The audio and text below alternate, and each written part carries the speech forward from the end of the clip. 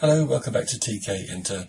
In this module, we want to be able to pick up the information that we've entered in the file path and in the file name.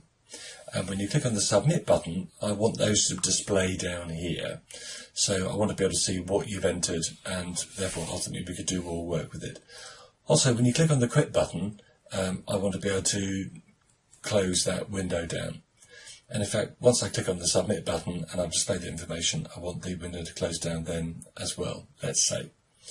Okay, so let's make those, add those commands to our buttons, which is quite easy to do really. So the button one is my Quit button. So I'm going to put a comma after the size, the width here is going to command equals, it's quite easy, quit. So what that basically will do, will just close down the window. So there's no arguments to it. So let's just go and run that. And then if I click on the Quit button, yay, it just closed down. So nice and easy, wasn't it?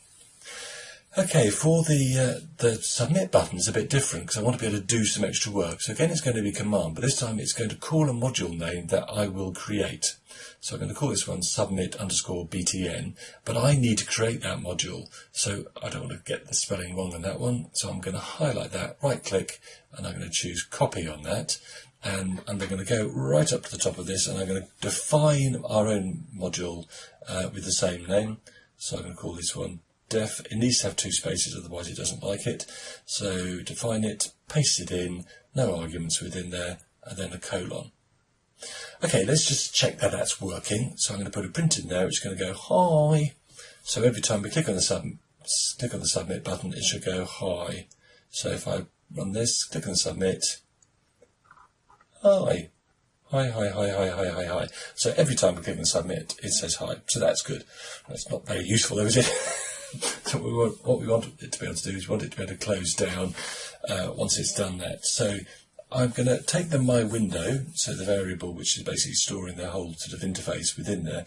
And it's not quit actually, it's destroy, which seems a bit of an overkill, doesn't it really? If I've got any errors or anything that's going on, I can also return some values within there. But that should close the window down. Well, if anything's going to do it, destroy should do it, isn't it? So let's run that again. Click on the submit, hi, and it closes down. Okay. Hi isn't that useful, is it really? I wanted to find what was in those entry boxes. So what I need to do is say, well, actually, looking down here within the frame 2 and 3, so 2 has got file path and 3 has got file name. So let's just grab one of those. And I'm going to scroll back up there, and then within here I'm going to put the values in two variables. Let's go to variable txt underscore, let's call this one path, that's kind of the first one, but I've got 3, haven't I, anyway. But what I'm going to do is I'm going to get the contents from it. So get just basically is retrieve those values, and I need to change that to being 2. Okay, and then I want to create another one. So I've got text path. Let's have this one as text underscore name. And I want to get the, I can paste in the 3 this time and choose the get open and close brackets. So now I've got those two values stored in some variables, but you can see they've got a little kind of grey in their underline because basically saying they're not being used. So let's display those out down in the lower part of the screen.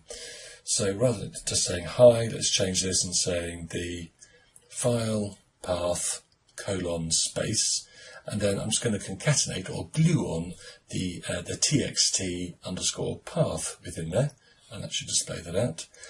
Let's put the text name on another line. So if I put another concatenator, and I'm just going to put some quotes in here, and I'm going to do a \n, so an escape character and then a new line, and I'm then going to glue in, and I want to put my text name, but actually I want to put some description before that, so let's just put some quotes in here, glue that, and within those quotes put in text or file name colon space. Okay, that looks fine to me. So let's go and run that one. So let's see, let's put something in the file path. So path is this for the file name, this is the name. Okay, when I click on the submit, we can see file path is this, file name, this is the name, and the whole thing closes down.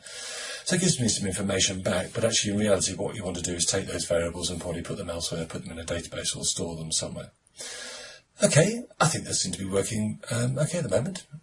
Right, thank you for listening.